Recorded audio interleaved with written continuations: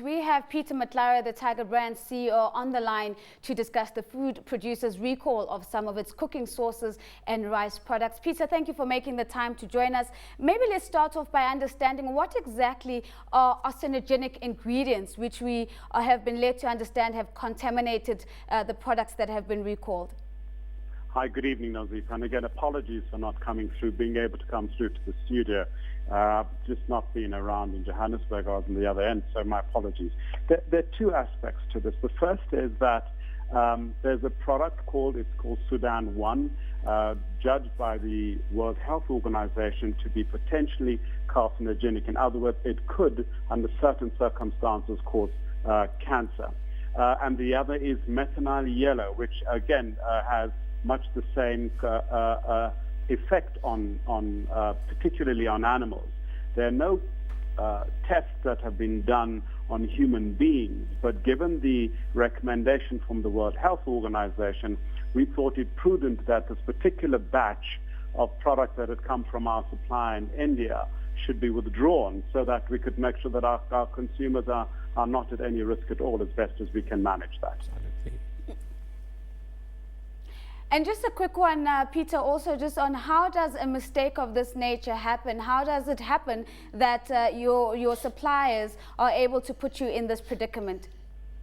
Great question. And as you know, when you source stuff globally, there are a whole number of protocols we have in place. And we and they are spending quite a lot of time now just trying to see where that breakdown took place. And so both in India as well as in our own testing facilities here in Johannesburg, we've spent the last couple of days just trying to understand how that could have happened, given, we've been producing this product with them for several years now. So we would say there was some human error or judgment in this process. We want to get to the bottom of the facts, and quite clearly we would explain all of that once we have it at our fingertips. Peter, I am with Sid Vianello. He is a retail analyst and also has a question for you.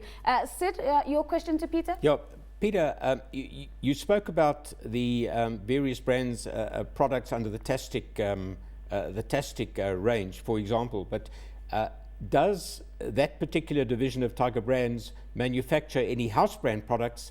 And if you do, could any of your house brand products have been affected? I'm thinking of your let's call it the upmarket Woolworths products, for example. So no, this brand does not produce for what you call house brands or dealer-owned brands. These are specifically done for us in this limited range out of India. As you know, by and large, Tiger does not produce or play in what we would call the house brand market, and so there is no risk of that in this particular instance, and more broadly speaking, in most of our products. A final two questions to you, Peter. Firstly, at what point did you pick up on the problem, and how much time has lapsed since that pickup? And the second question is just in terms of the actual size of the problem, do you think that you have a firm grasp on how many consumers might have already consumed these products? Yeah, so let me, in terms of time, our tests came through between the 10th and the 12th of October, and so that's when we spent a lot of time just trying to understand what had happened. So it's a couple of days ago, and immediately we found that out, we started recalling the product from the market. What we wanted to make sure of was once we communicated this, so it took us about another 2 days to communicate it to the general public, was to make sure that we had identified any other supply chain issues that might have occurred. So that's the one part. The second is this is quite a small range of products, and so the batch is probably somewhere in the order of between 11 and 12,000 batches, or let me call it packages, that have gone out there into various supermarkets. And that's why we made sure we went on this extensive media blitz to make sure that if anybody does have those products anywhere in their pantries, they would return them to any of the supermarkets or retailers where they would have bought them.